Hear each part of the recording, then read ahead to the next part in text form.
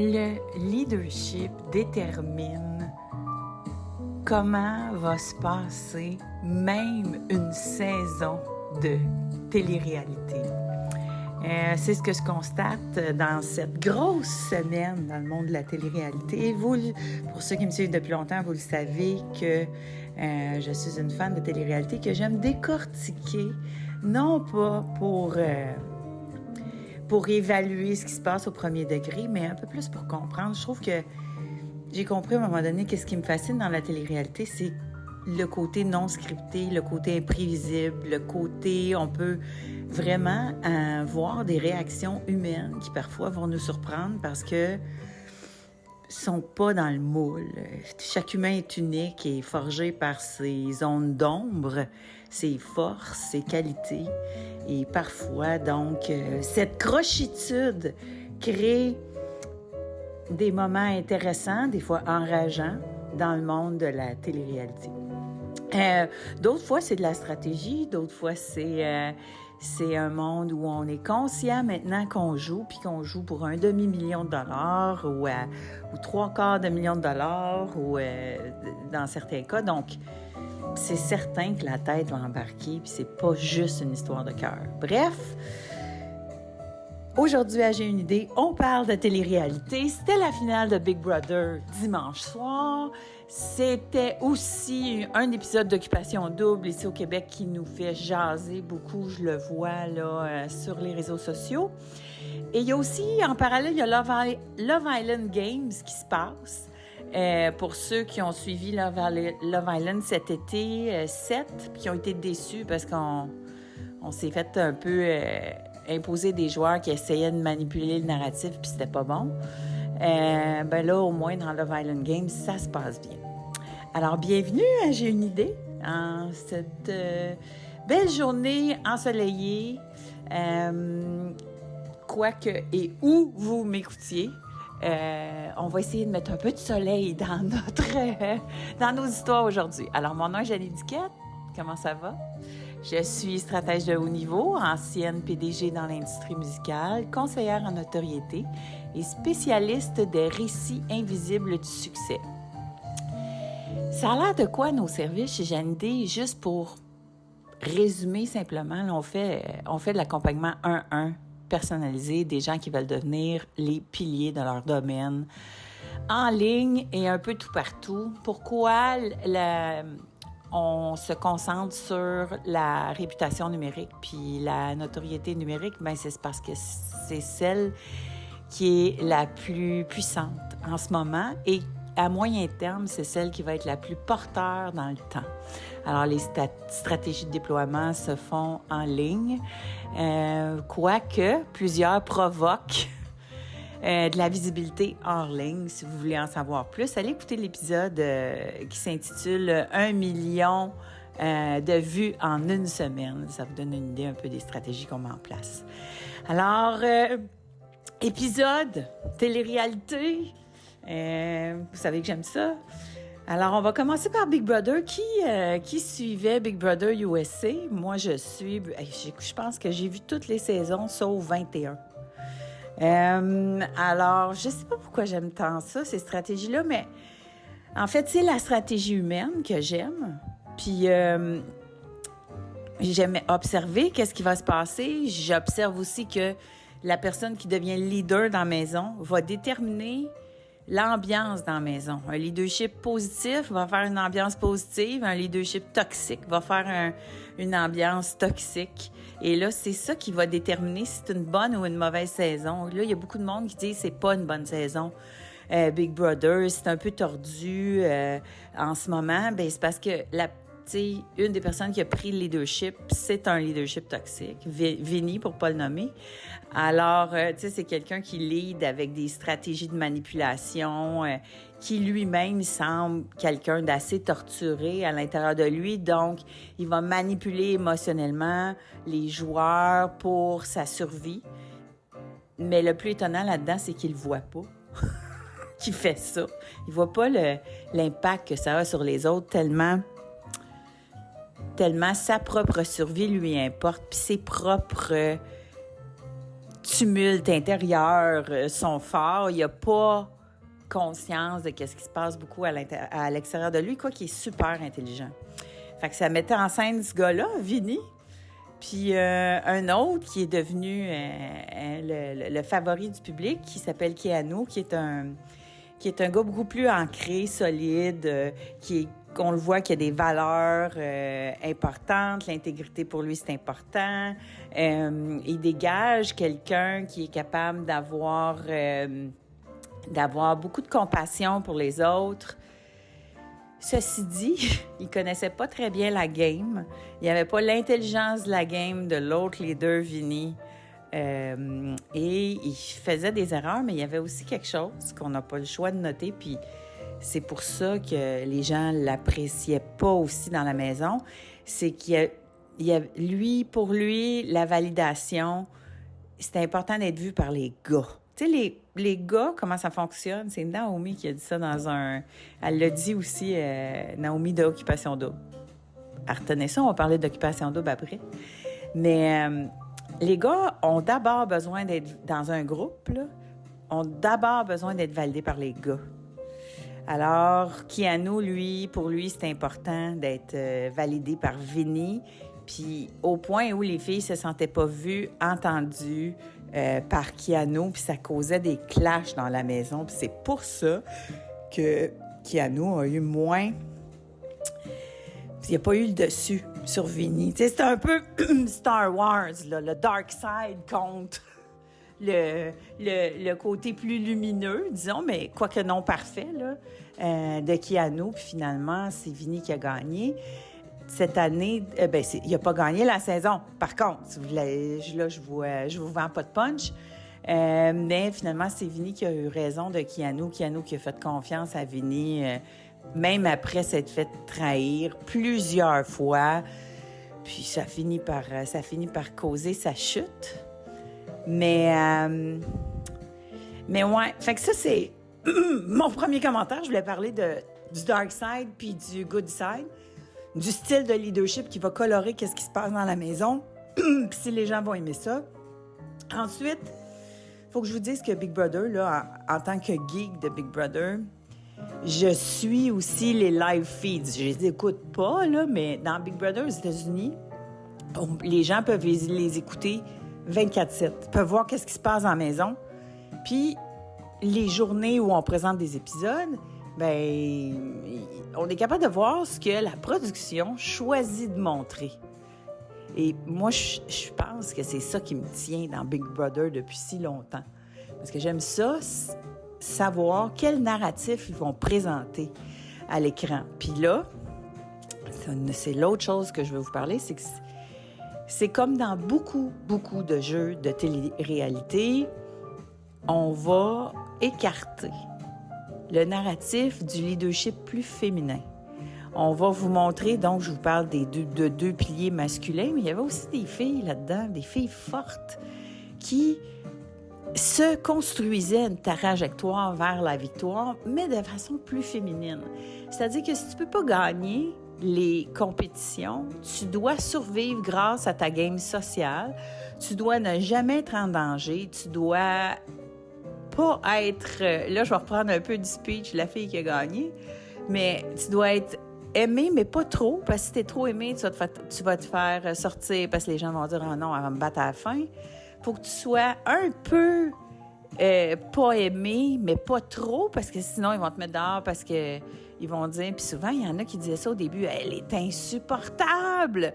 Donc, elle était un petit peu mine des fois, un petit peu désagréable des fois pour pas trop être aimée. Elle essayait de rester dans le milieu parce qu'elle gagnait pas les compétitions, mais elle voulait pas être en danger. Alors, je vous parle d'Ashley, donc celle qui a fini par gagner, mais contre toute attente et qu'on n'a à peu près pas vu dans la saison à la télé. Sauf que Taran Armstrong, que je suis, là, il fait des podcasts, il est dans le canal de Rob as a podcast. Taran, lui, chaque matin, il fait le résumé des live feeds, tout ce qui s'est passé dans le 24 heures avant. Il a fait une job phénoménale cette année. J'ai pas écouté tous les épisodes, mais je l'écoute une fois de temps en temps. Puis il fait un résumé par semaine aussi. Puis il raconte qu'est-ce qui s'est passé dans la maison. Puis en suivant Taran, on savait ce que Ashley faisait, tout ce que Ashley faisait pour rester dans la maison, pour manipuler, mais pas directement elle. C'était un petit commentaire de temps en temps. C'était une petite façon de voir les choses qu'elle disait à un joueur qui était pour prendre une décision, qui allait avoir de l'influence, justement parce qu'elle n'en disait pas trop, mais quand elle en disait, ça touchait sa cible. Alors, si on suit Taran, on voit que tout ce qu'elle fait pour rester dans la maison, puis se rendre jusqu'à la fin. Sauf que ce qu'on montre à la télé, tout le long, c'est, bon, au début, tu as la bataille des deux gars. Finalement, on voit que Vinny, donc celui qui est plus toxique, puis qui manipule, puis qui a un côté dark, puis twisted un peu, là, on l'a vu faire ce que les Américains appellent des crash-out. À quelques reprises dans la maison où, c'est ça dénote d'une certaine fragilité au niveau de... soit de la divergence ou de la santé mentale, là, je ne le sais pas, là, faudrait voir, mais on voit qu'il y a une certaine fragilité puis une certaine toxicité là. Et donc, au début, on nous montre ça, mais après ça, on montre, lui, le Vinny en question, qui a une blonde depuis 7 ans, mais qui manifestement a ce qu'on appelle le emotional cheating. Donc,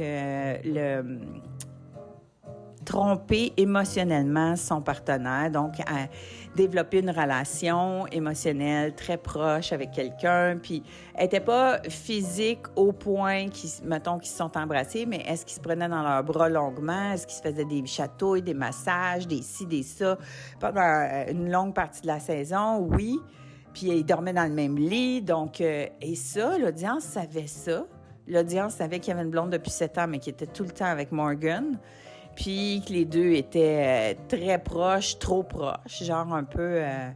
Donc ça a été l'autre storyline qui nous ont servi. Puis Morgan, c'était la joueuse la plus forte au niveau des compétitions.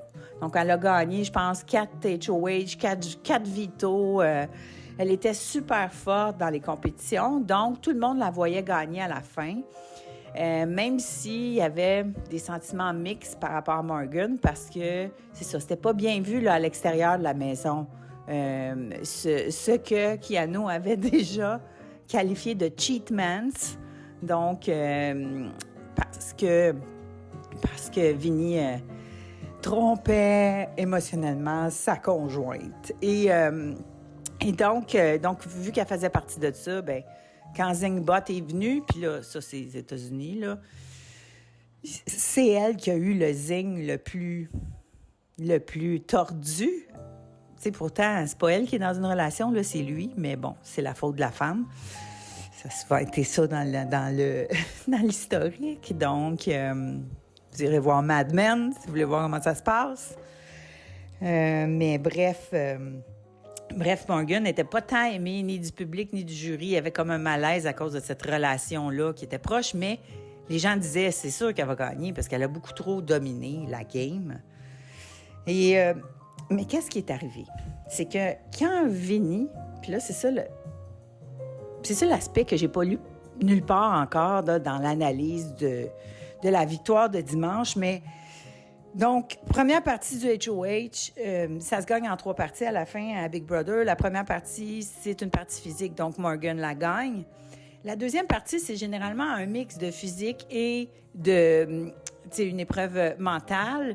Et Vinny, même s'il est tordu, il est intelligent.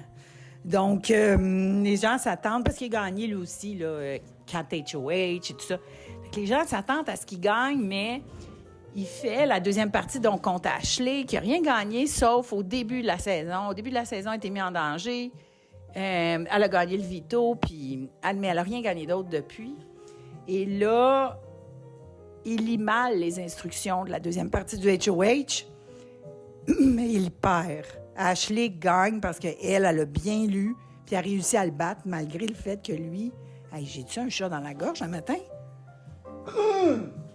Fait qu'elle a réussi à le battre malgré le fait que lui avait beaucoup d'avance. Et c'est là que lui, il crash out complètement. je suis un loser, je suis un pas bon. Oui, parce qu'en plus, ce qu'il dit sur lui, c'est qu'il est sans emploi. C'est un homme de 34 ans qui est sans emploi, qui habite chez ses parents. Fait que c'est ça, le contexte. Puis il dit, là, j'ai pas de job, je suis pas capable de trouver ce que je veux faire dans la vie, etc. Donc, vous voyez qu'il y a une certaine fragilité, malgré une intelligence qui est clairement là. Et une intelligence qui est capable de manipuler les gens aussi, là, très, très bien, là. Alors, il fait son crash-out complet. Et donc là, Ashley gagne et son destin n'est plus dans son contrôle à lui. Alors là, la seule chose qui lui reste, lui, c'est Morgan. Morgan qui va compétitionner lors de la finale contre Ashley. Et là, il commence. Il commence ce que j'appelle son épuisage. Parce que les gens qui ont une fragilité, là, ça me rappelle beaucoup là, le frère de quelqu'un qui était dans mon entourage, qui avait des problèmes de santé mentale. Puis je l'appelais l'épuiseur. C'était probablement la personne la plus intelligente que tu avais jamais rencontrée de ta vie parce qu'il connaissait tout de tout immédiatement. Il y avait une rapidité d'exécution, de réflexion, etc., etc. Mais parce qu'il n'était pas au même diapason que les autres, ben il allait toujours trop vite puis il s'engueulait toujours avec tout le monde parce que le monde ne comprenait pas ce que lui comprenait. Puis de rentrer dans une discussion avec lui, tu étais sûr que tu en avais pour 2, 3, 4, 5 heures à t'obstiner, puis tu veux pas ça, ça va trop t'épuiser mentalement. Puis c'est ça que Vinny a fait avec Morgan dès le moment où il a perdu. Parce que là, il se disait, bon, comment ça marche? C'est que celui qui a gagné le numéro 1, la compétition 1, puis celle qui a gagné la compétition 2 vont compétitionner ensemble, puis celle qui gagne à la fin va décider c'est qui les deux finalistes. Fait que lui, il est convaincu que c'est Morgan qui va gagner parce qu'elle a tout gagné. Ou bien il décide de l'épuiser volontairement, je ne sais pas, mais ça a duré 48 heures. Tu sais, tu vas-tu m'amener, tu vas-tu pas m'amener, mais oui, mais ça, mais oui, mais ça. Et là, ils sont dans des discussions interminables. Ils dorment pas, il est 6 heures du matin, ils continuent d'être dans la discussion. Il n'arrête pas, adore à peu près pas, elle. Si bien qu'à la finale, là, quand elle fait sa dernière compétition, elle choke complètement. Puis là, les gens vont dire, elle a choqué parce qu'elle avait de la pression, puis elle était sûre de gagner. Peut-être, oui, mais la fille n'a pas dormi. Elle s'est fait épuiser pendant 48 heures. Puis là, vous allez me dire, oui, mais Janie, c'est elle qui s'est mise en équipe avec lui, puis c'est elle qui a fait ça aussi, puis etc. Oui, mais tu voyais que la fille qui était là, en finale, là, avait plus de gaz. Elle avait vraiment plus de gaz. Puis c'est ça que les gens toxiques vont faire. Tu sais, quand vous vous dites c'est juste de l'énergie, c'est de l'énergie, mais c'est dur, là. Fait qu'elle avait plus de gaz, fait qu'elle perd. Ashley gagne. Ashley arrive donc, en finale, elle met, évidemment qu'elle sort Morgan parce que c'est celle qui a le plus de chances de gagner. Elle sait très bien que Vinny, les gens, une fois sortis de son emprise, se sont rendus compte qu'ils se sont fait manipuler. Et ils vont pas lui faire gagner la game parce qu'il a beaucoup trop menti, il a manipulé les gens. Puis comme disait Eva, une de participante, c'est qu'il y a des limites à mentir. Tu peux mentir, oui, pour te rendre à la fin, mais pas mentir pour rien. Tu sais, il mentait, là, c'est ça, c'est que c'est pour pas prendre de décision puis pour pas dire des choses désagréables aux gens, il disait à tout le monde ce qu'ils veulent entendre, mais il en mettait plus, puis il en mettait plus, puis il en mettait plus. Faisant croire à tout le monde qu'il allait se rendre au Final Two avec eux autres, faisant croire à tout le monde que c'était leur plus proche allié, alors que c'était pas vrai. Quand quelqu'un disait « Tu vas-tu voter pour moi? » Il disait « Oui, oui, oui. » Puis là, il en mettait, alors qu'il allait même pas voter pour cette personne-là. Donc, il beurrait très épais. Puis là, le jury s'étant rendu compte de ça, il était quand même prêt à lui donner sa chance. Donc, à la finale, en voyant, ils ont dit, s'il prend, tu sais, take ownership, s'il prend conscience, puis il dit, oui, j'ai fait ça, oui, j'ai menti, oui, j'en ai mis trop, je m'excuse. Tu sais, s'il est pleinement conscient de ce qu'il fait, on va lui donner une chance. Mais la première question qu'Yannou il a demandé, entre pleurer puis manipuler émotionnellement, qu'est-ce qui était vrai dans tout ce que tu nous as dit, tu sais, dans le cours du jeu? Puis là, la réponse de Vinny, c'est tout de suite de dire, ben non, j'ai pas fait ça. J'ai pas manipulé émotionnellement. Puis là, tout ce que j'ai dit au moment où je l'ai dit, c'était vrai. Ouf! Tu sais, ça, c'est de pas avoir conscience de ce qui se passe à l'extérieur de lui, là. Fait que... Puis de pas avoir conscience des autres. Tu tu sais, de l'impact de ce qui se passe pour les autres. Fait que ça a terminé en fin de conte de fées pour Ashley, l'avocate qui avait caché le fait qu'elle était avocate, qui avait joué le milieu, fine, mais pas trop fine, essayer de montrer qu'elle était pas si intelligente que ça, avoir l'air de pas savoir qu'est-ce qui se passe dans le jeu. Souvent, là, les joueurs disaient « Ashley, elle sait pas ce qui se passe. Là. Ashley, elle comprend pas la game, tout ça. » Alors que c'était complètement... Et dans son cas, c'était faké, là. Elle a réussi à jouer Elwood, ce qu'elle dit, comme dans le film Legally Blonde. Elle a réussi à jouer la fille qui comprenait pas trop pour pas avoir l'air d'une menace. Alors, et là, à la finale, elle a tout sorti ses arguments. Elle aurait dit qu'elle était avocate. Elle aurait dit qu'elle était pleinement consciente de son jeu. Elle a été capable de nommer chaque personne qui était sur le jury parce que ça, c'est important, de leur donner de la place. Puis elle a gagné 6-1, là, avec grand éclat. Alors, c'était... c'est ça, je suis d'accord avec le public qui disent que c'était une saison, tu sais, un peu, c'était lourd. C'était lourd parce que tu voyais ces deux-là qui étaient en cheatments, puis c'était un peu malaisant, puis qui passaient des heures et des heures à s'épuiser là, de l'argumentation puis de la game. Puis tu sais, t'avais un Keanu qui était quand même droit, qui était quelqu'un qui avait des bonnes valeurs puis qui a gagné le joueur préféré, mais qui discartait les femmes un peu... Ben ça, ils l'ont pas montré à la télé. Ils l'ont montré... pour ceux qui écoutaient les live feeds là, 24 heures sur 24. On voit pas ça au Québec, on voit pas tout ce qui se passe. Ceci dit, est-ce qu'on voit de la manipulation dans Occupation Double? Que oui! Et là, depuis l'épisode de dimanche soir, donc, où Sébastien a manipulé, donc, Béa pour qu'elle mette en danger son top 1 ou 2, en tout cas. Ça a été quand même assez spectaculairement négativement perçu par le public. Alors, excusez-moi, j'ai perdu un petit peu de mon attention parce que j'ai un colis qui arrive, là. Je vais le prendre en même temps que je vous parle. Écoutez, parce que sinon, je vais faire stop, puis je vais revenir. Vous êtes avec moi. C'est une petite portion journal personnel aujourd'hui. Parce que vous venez même chercher mes colis avec moi. Alors, Occupation Double. Donc, Sébastien qui manipule Béa, qui va mettre en danger son top, alors qu'elle aime bien Sébastien aussi. En fait, il fait un peu la même chose que ce que Arnaud a fait à Naomi. Mais là, écoute, le public est pas content. Le public est pas content parce que Béa, à la base, elle le dit, puis elle est consciente de ça. Elle dit, moi, je suis un people pleaser, un peu comme Vinny, là, Sauf que elle n'est pas celle qui manipule avec son people pleasing, en tout cas, de ce qu'on a vu. Elle est celle qui n'ose pas dire quelque chose qui va déplaire à la personne avec qui elle est, fait qu'elle a pas osé tenir son bout par rapport à son top. Et là, quand elle est revenue à la maison, les filles lui ont raconté, mais voyons, ça n'a pas de bon sens. Et surtout Arnaud. Parce que là, moi, quand j'ai vu ça se passer, parce que là, ce qu'on voit, là, ce que je vous ai dit tantôt, là, Arnaud l'a dit dans un épisode, les boys, on a 2 games à jouer. On a la game entre boys, parce qu'il faut qu'ils se tiennent entre eux puis qu'ils se font des alliances entre eux pour savoir qui va se rendre à la fin pour gagner un prix d'un demi-million. C'est énorme. Donc, on a la game entre boys puis on a la game avec les filles. Il y a 2 games à se jouer, là. 2 stratégies, donc. Et là, quand je vois Sébastien opérer ça, puis là, je fais, ben voyons non, comment ça qu'elle va mettre... Il dit, t'as le choix, c'est moi ou c'est Maxime. Je dis, voyons non, il n'y a pas Anto, il n'y a pas l'autre gars, Mathis. Pourquoi pas ces 2-là?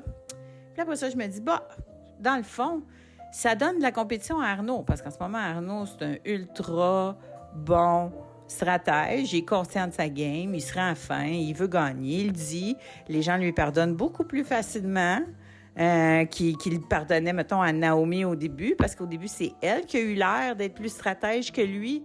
Puis là, les gens aimaient pas ça, alors que quand on a, je sais pas si vous l'avez vu, mais sinon, vous regarderez sur Nouveau, on a l'intégrale du moment où Naomi a eu l'air de la stratège, là, qui veut se rendre à la fin puis qui est prête à jouer une game tu sais, de pas être naturel devant les caméras puis tout ça pour se rendre à la fin. Mais quand on voit la séance complète, on comprend que c'est Arnaud qui a contrôlé le narratif. Puis elle est tombée dans le panneau, puis elle a dit les choses qui allaient la couler, là. Alors, mais tu sais, lui, il a tendu une perche, puis c'est ça, elle l'a pas vu passer. Fait que quand ça s'est arrivé, je me suis dit, ben tiens, Arnaud va avoir de la compétition. Tant mieux, on va voir les deux gars, tu sais. Mais c'est encore les gars qui contrôlent l'outcome, parce que les gars doivent être forts entre eux avant d'aller voir les filles. Alors que les filles, c'est l'inverse. Les filles vont puis ça, c'est pas ces filles-là en particulier, là, c'est comme ça. OK? Encore dans une société patriarcale, les femmes vont rechercher l'approbation des hommes. Fait que là, une fois, ils vont s'intéresser d'abord aux gars, puis ensuite, il va y avoir la game entre filles aussi. Mais c'est quand ils vont se positionner avec un gars qu'ils vont trouver c'est quoi leur game entre filles. Fait que ça, c'est au niveau de la stratégie. Vous allez me dire, ben oui, mais Janie, c'est pas dépassé, ça. Toi, tu parles du leadership féminin. Allez voir le Valiant Games. Il se passe exactement la même chose. Les gars jouent fort. Ils jouent fort entre eux. Ils décident de ce qui va se passer. Ils se disent, OK, comment je peux me rendre à la fin? OK, c'est cette fille-là qui va faire que je vais pouvoir me rendre à la fin. C'est pas quelle fille que je trouve de mon goût. C'est pas avec quelle fille que je vibre le plus. C'est pas avec quelle fille que j'ai vraiment un intérêt. C'est avec quelle fille je peux gagner. Point. Après ça, si je l'aille pas, la fille, c'est tant mieux. Tandis que les filles, eux autres, ça va être plus, c'est lequel qui est de mon goût, puis tout ça. Puis là, après ça, vous voyez, mais là, Justine, elle s'en est rendue compte dans la Valiant Games. Puis là, elle a dit, les filles, ça suffit. On se fait contrôler par les gars. Fait que j'ai hâte de voir qu'est-ce qui va se passer. Mais pour en revenir donc à Occupation Double, ben c'est ça. Là, Arnaud a mis son pied à terre, il a tenu à parler à Béa en lui disant « Fais-toi pas manipuler », mais lui, c'est sa game qui protège aussi. C'est pas totalement altruiste envers Béa. En tout cas. Et là, donc, ça fait beaucoup jaser les gens, cette portion très stratégique d'Occupation Double qu'on met de l'avant maintenant parce que j'ai l'impression qu'ils n'ont plus le choix. Parce que je pense pas que ça n'existait pas avant. Je pense plus que pour le bien du show, puis pour faire rêver le public de l'amour, ben la production leur mettait beaucoup plus de l'avant l'histoire d'amour.